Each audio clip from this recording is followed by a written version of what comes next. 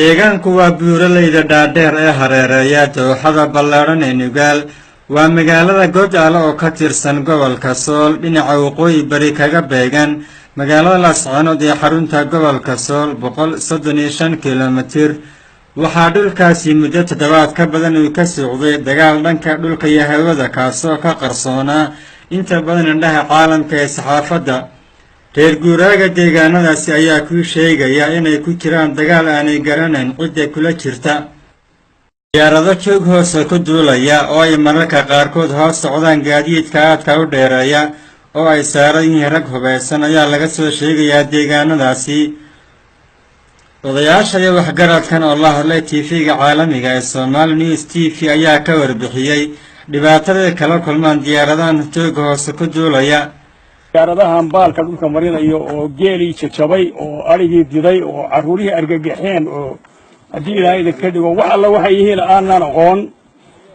dalka annaga iska leh annaga ilaashana cidina noogama sarrayso cidna wax kama weydiino wixii nooca ku saabsan oo ku soo xadgudba oo aan sharci ku soconayn iyo fasax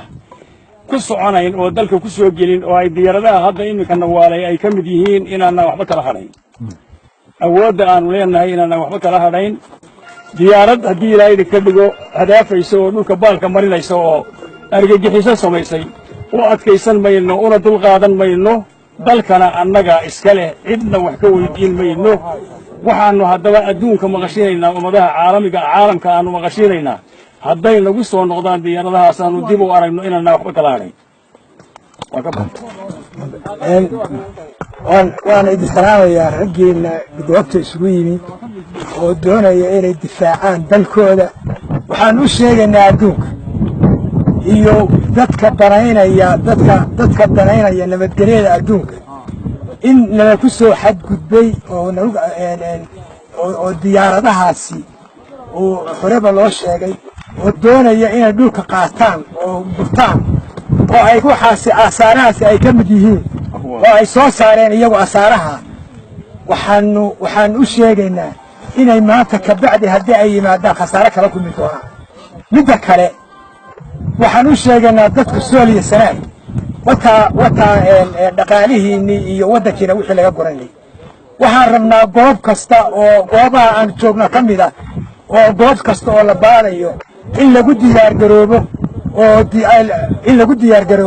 oo la iska difaaco dadka tuugada dadka kalmeesha isugu yimid oo difaacanaya dalkooda iyo deegaankooda difaacanaya diyaaradahaas ku soconaya deelqaafka iyo xadgudubka oo tuugada ku shaqaynaya waxaanu leenahay hadday nagu soo noqdaan oo aan caalamka u sheegaynaa hadday nagu soo noqdaan tallaabo sharci aanu ka qaadayna waddanka waa nagu soo duulay waxay ka maraya iyo kuwa dhulka maraya duulaanka labadaba wuu leeyahay haddii aanu ka hortagnay waa kan qalabkii aanu ku qabanay kuuka mareeyey macdantii waxay laga soo saareen waa tii odayaashu tusayeen waxay ka hadlayaan dad meelaha ka hadlaya wuxuu leeyahay dadka deegaankan waa naga warhayaa fasax baan ka wadanaa waa beentood cidna ma soo marin cidna waxkama weydiin dad calooshu shaqaystaa oo meelo kale ka yimi iyo dad ajaaniba wey dadka guranaya kana misqaadan mayno مولد إسماعيل هرديجيد Somali News TV Laascaanood